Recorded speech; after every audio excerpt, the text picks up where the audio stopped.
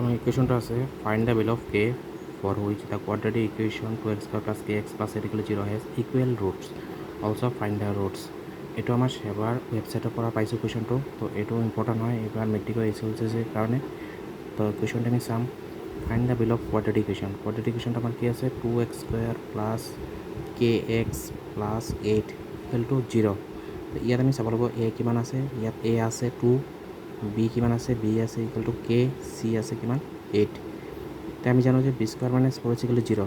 4 = √, b² - 4 কিমান হয় 0। b² - 4ac ডিছক্ৰিমিনেণ্ট বুলি কয়, বা অসমীয়াত কি কয় ভেন নিৰূপক।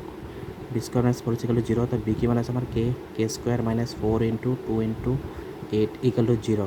তো কিমান হ'ব আমাৰ k² - 64 হৈ যাব = 0। তো k² কিমান হৈ যাব k² = 64। তাৰপিছত k কিমান হ'ব k = ±√64। তাৰপিছত আমি কি হ'ব k কিমান হৈ যাব ±64 মানে কিমান হয় 8², স্কুৱাৰ ৰুট কেঞ্চেল হৈ যাব আমাৰ। তো k কিমান হ'ব k = ±8। তো k ৰ ভেলু আমি কি পাম +8 আৰু -8।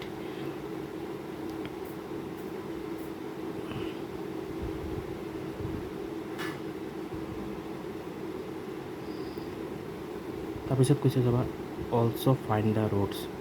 এতিয়া আমি দ্বিঘাত সূত্ৰ ব্যৱহাৰ কৰি ৰুটটো আমি ওলাব পাৰিম। এতিয়া কি হ'ব আমাৰ এতিয়া আমি দ্বিঘাত সূত্ৰ লিখিলে কি হ'ব therefore x = -b ± √b² - 4ac/2a। কিমান হ'ব -b কিমান আছে +-8। এতিয়া b ৰ ভেলু আমি এবাৰ 8 ধৰিম, আকৌ -8 ধৰিম।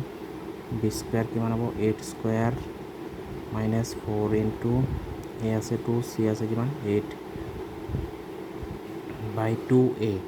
2a কিমান আছে আমাৰ 2। ঠিক কিমান হ'ব -8 ± √64 - 64/4। এইটো হ'ব -8 ± 0 হৈ যাব, এইটো /4। ঠিক হ'ব -8/4 কেঞ্চেল কৰিলে পাম 2 = -2। এতেকে therefore ৰুট দুটা কি হ'ব এবাৰ +0 আৰু -0 মানে therefore ৰুটছ কি হ'ব -2, -2।